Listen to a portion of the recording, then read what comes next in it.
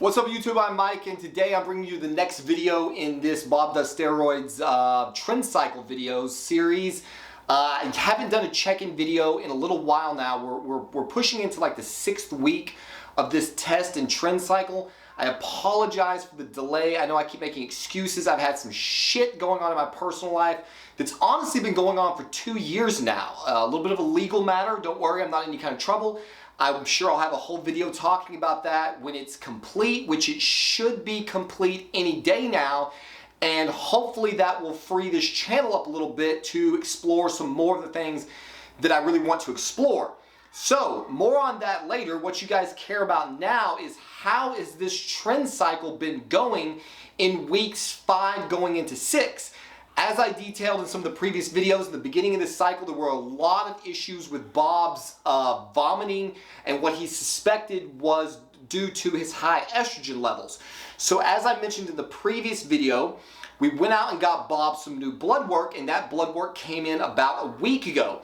Bob got his E2 checked again with a sensitive test, and his prolactin tested, and sure enough, it is conclusively proven now that it was, in fact, the estrogen that was leading to Bob's constant nausea and vomiting.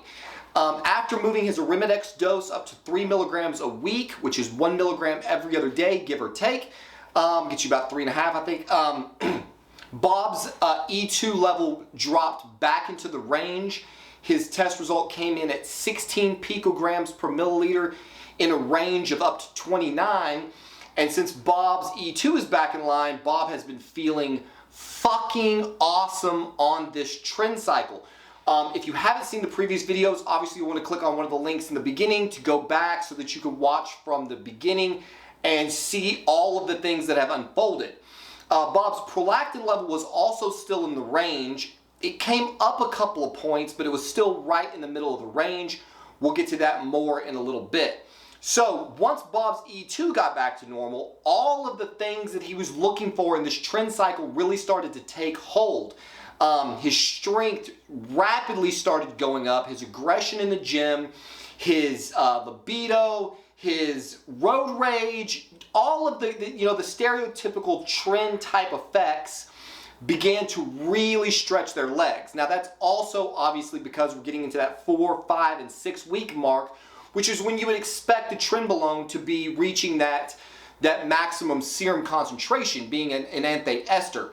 So where we're at still is Bob is running about 300 milligrams of Tren, maybe pushing a little closer to 350 at this point, and still on that 500 milligrams of Test E that he's been running since the beginning. Bob has been leaning up quite a bit due to, as I mentioned in the previous video, this started out as really a bulking cycle, and then with all the nausea and the vomiting and the bullshit, Bob just could not get the calories down, and so he kind of pivoted and went into like a main gain light cutting cycle. Bob has lost about 4 total pounds, 4 to 5 pounds of body weight since his previous off period during this trend cycle with some reduced calories since the gate. So Bob's abs have been starting to come back in. He's feeling very good about that. Coincidentally, Bob's shoulder development is looking strangely similar to mine, with a lot of vascularity and a lot of hardness and detail in the shoulders and the traps. I think I'm going to show you some either progress pictures or videos toward the end of this video so that you can kind of get a feel for what Bob is looking like now compared to the beginning. Again, I don't want to just continuously beat the side effects, but it is relevant, I guess, because I don't know how many of my videos you've seen in the past. The night sweats are definitely on and popping in this cycle, even at that 300 milligram mark. As I've mentioned in previous videos, Bob's methodology for coping with the night sweats is basically to just cuddle the shit out of his wife. So Bob basically spoons his wife all night long, and they just sweat together in this lovely Tren-induced romantic spooning sweating event. It's pretty obscene. She seems to have kind of taken to it. I think it's, this is Bob's 3rd trend cycle inside of a calendar year, give or take, I think. So this is kind of becoming, you know, almost a way of life in Bob's marriage. One of the things that Bob had experienced in previous trin cycles was a lot of distance from his wife. He's been feeling a little bit more of that lately, but this trin cycle has been substantially better from a psychological perspective than really either of the two before it. I personally believe that was because of the fact that Bob crashed his E2 in the previous cycles, and I've made videos about that, so I won't beat that point. But that E2 shit, man, is real pain in the ass. Too much and Bob's puking, too little and he can't stand his wife. And it's just like there's this tiny little fucking sweet spot to operate in, and it becomes, what the fuck is my camera doing? How can my camera be overheating? Oh, I think I'm losing my battery. Let me pause this and I'll come right back. Sorry about that pause for technical difficulties. To all you people who think electric cars are the fucking answer to the future, I would like to disagree. Batteries are a fucking pain in the ass. So anyway, that being said, lots of night sweats with Bob's wife. I think what I was talking about was the distance in the marriage. Definitely has been better at this cycle has been better. Typically in the previous cycles for Bob, he kind of loses his personality once the trin kicks in. It's like a lot of doom and gloom in his face. Like his countenance is really drawn, kind of fucking hates the world, not a whole lot of laughing or mirth or general just like happiness at all. It's definitely something that Bob's wife has complained about in the past. And Bob's been doing a much better job of that this time. He's been able to laugh and have fun, have a good time. But it's definitely comes in sort of waves. Today has not been a good day for Bob. He's been pretty fucking pissed off all day long. And that brings us to another side effect of the trin, which is the libido. God damn it, this libido is out of control. Which seems like a good thing, right? Like, who doesn't want to have raging libido? It is a really good thing, especially for a guy in his 40s to be feeling like he's 16 all day, every day. But it comes with some side effects, and that is that the libido can be so intense, the sexual thoughts and urges can be so controlling that if they're not satisfied, they can really dominate your day. And so Bob's wife has been incredibly accommodating, and we're talking about sex sometimes 2 times a day, certainly every single day, minimum 7, maybe 10 times a week, with a lot of shit going on in the sex life. We're talking about tons of porn, toys, there's a lot of sex going on in Bob's marriage right now, and it can be straining to anyone. And so, but when, Bob can have sex late in the night, and then 8 hours later wake up in the morning with just porn and sex and pussy on the brain. And if he can't get that need satisfied because he's got to get up and go to work, or it's because his wife's not interested, or because shit happens in life, it's just in there. It's just all day long. It's just like this fucking nagging voice. And it can make it difficult to focus on the things that you need to focus on. And then that can, in and of itself, be an irritant. And so it's like, Bob's gonna have to do a better job managing that, because fuck, it can be a lot. So we've got the night sweats, we've got the insane libido, we've got some aggression, but this time again, nothing like in the past. Bob's not getting into any altercations with anyone, no altercations in his marriage, no altercations on the road, although there's a lot of running his mouth out the window, but no physical altercations of any kind. I think Bob, at the risk of damning himself, cursing himself, I think Bob might, maybe, have that shit under control. We'll see. Bob definitely tries to stay in the mindset of protect the cycle. When shit starts going crazy, he tries to remember this is not worth it. Do not act stupid. Do not get yourself in trouble and have to come off cycle. Thus far, in approaching the 6-week mark, Bob is not dealing with much, if anything, in the way of paranoia. Now, Bob did have an experience tonight at the gym, which was the first time he noticed it. His wife was with him at the gym. It was toward the end of his workout. He looks up out of he's just kind of scanning the room. He looks up and he sees her talking and laughing with someone, but he can't see who it is. And immediately it's like, he's thinking, well, it's probably just like somebody in passing. So he does a couple more sets, and he looks again. She's still fucking talking and giggling. And it's like, what the fuck's she talking about? Who's she? He couldn't see who she was talking to. And then the gears start to fucking spin a little bit, and then you get into this awkward situation where you go, you know, I could walk over there and see what the fuck's going on and then put this to bed, but I don't want to be crazy. And so you try to let it go, and he wasn't really concerned that it was anything. It definitely was probably some of the trend acting. It ended up being some girl that his wife knew. It was not a fucking problem.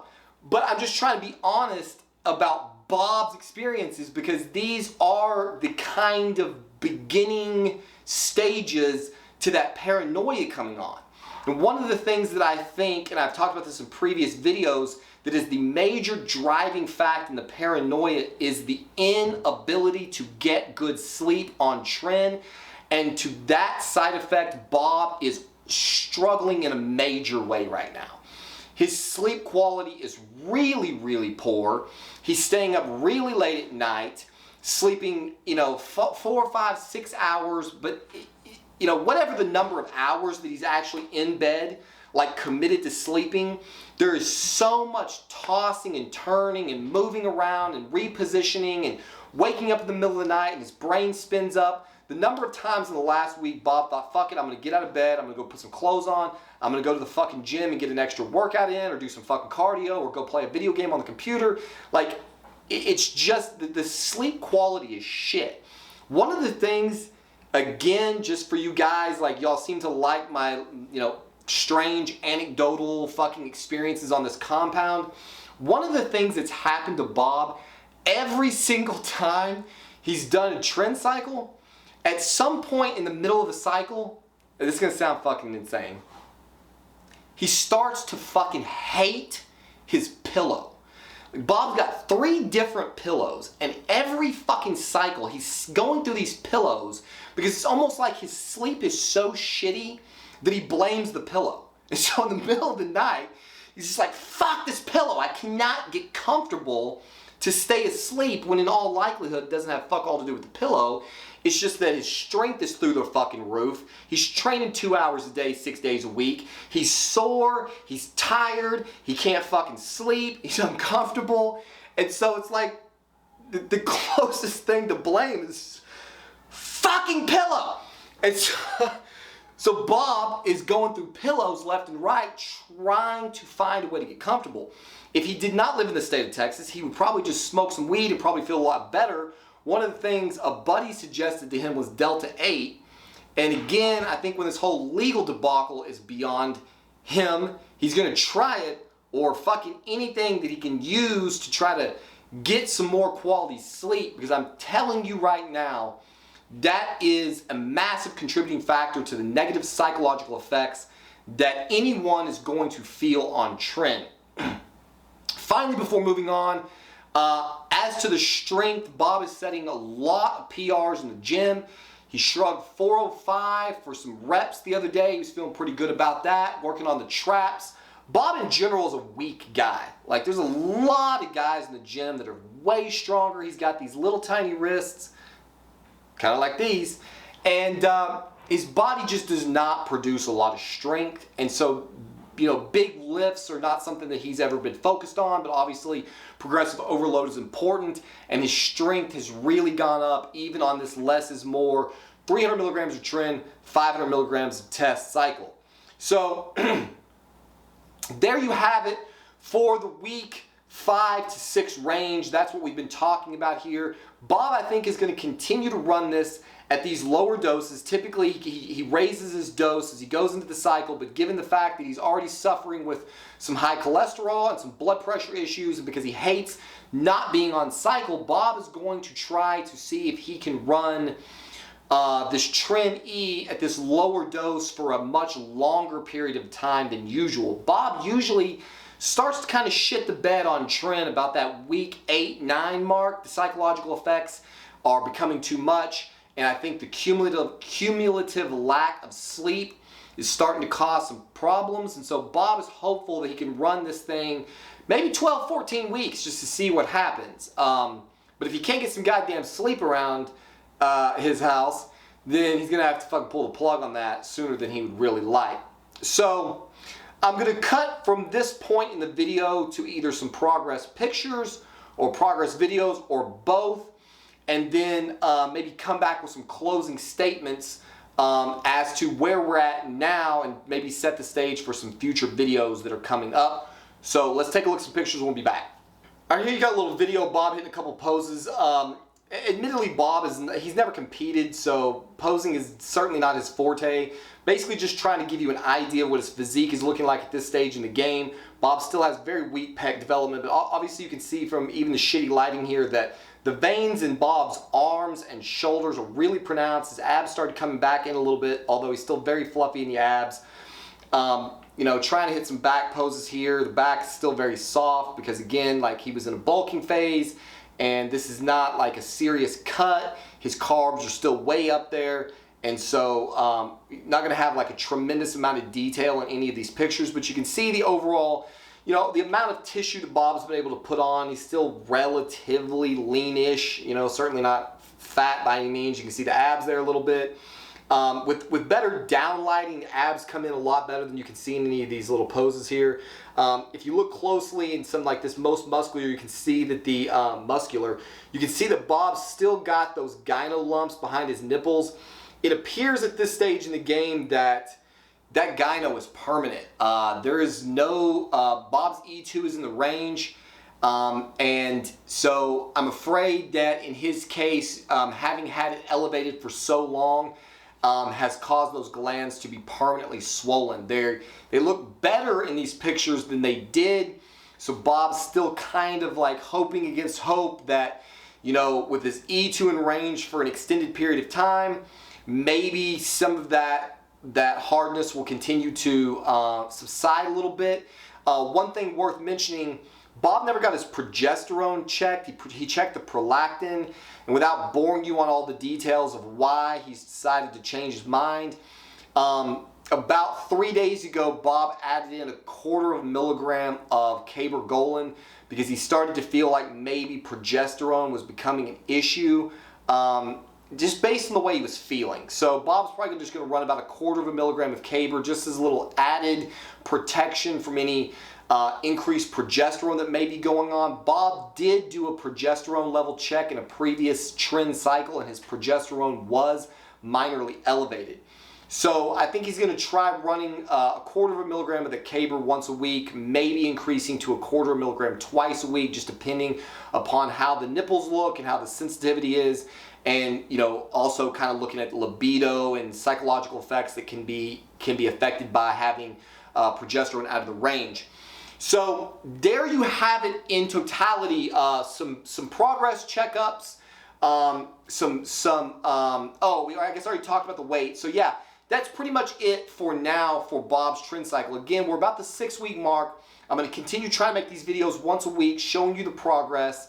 Bob's going to continue keeping the calories basically at whatever is relatively comfortable. He's not been doing a good job of counting, but he's keeping his protein way up there, and see if maybe we can put on some leanish pounds.